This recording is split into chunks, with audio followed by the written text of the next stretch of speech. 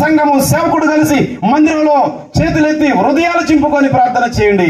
ఈ ప్రాంతం అంతటి మీద దేవుడు అద్భుతం జరిగించబోతున్నాడు. దేవునికి మహిమ కలుగును గాక. నా మాటలు ముగించే సమయం వస్తుంది దగ్గరగా. ఇంకొక మాట చూద్దాము. దేవునికి స్తోత్రం కలుగును గాక. చూడండి ఒక మాట, మలాకి గ్రంథము 2వ అధ్యాయము 2వ వచనం. సైన్యములకు అధిపతియగు యెహోవా సెలవిచ్చినదేమనగా,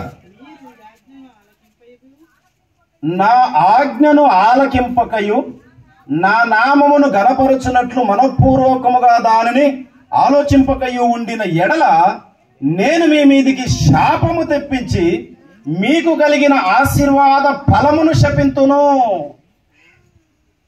ఏమండి, ప్రభు బిడ్డలుగా మనం ముందుకు సాగుతున్నప్పుడు దేవుడు కనికరించి మన లోటుపాట్లు చూసి చూడనట్టుగా క్షమించి జాలి దయ కనికరం జ్ఞాపకం చేసుకొని మనల్ని ఆశీర్వదిస్తూ ఉంటే, ఎంతకాలం దేవుని వైపు తిరగకుండా, ఎంతకాలం దేవుని మాట వినకుండా, ఎంతకాలం దేవునికి లోబడకుండా ముందుకు సాగుతూ ఉంటే, ప్రియమైన దేవుని బిడ్డలారా, దేవుడు నిన్ను తన వైపును తిప్పడానికి నీ ఆశీర్వాద ఫలాన్ని కూడా శపిస్తాడట.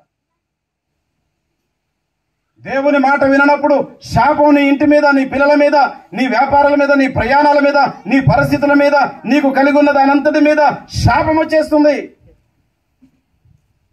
ఈ రాత్రికాల సమయంలో దేవుని వైపు చూద్దాం. మన పిల్లల చదువులు కానీ, ఎవరైనా ఉద్యోగాలు చేస్తుంటే ఉద్యోగాలు కానీ, చిన్న పెద్ద ఏవైనా మంచి వ్యాపారాలు ఉంటే వ్యాపారాలు కానీ, చెడ్డ వ్యాపారాలు దేవుడు దీవించడు.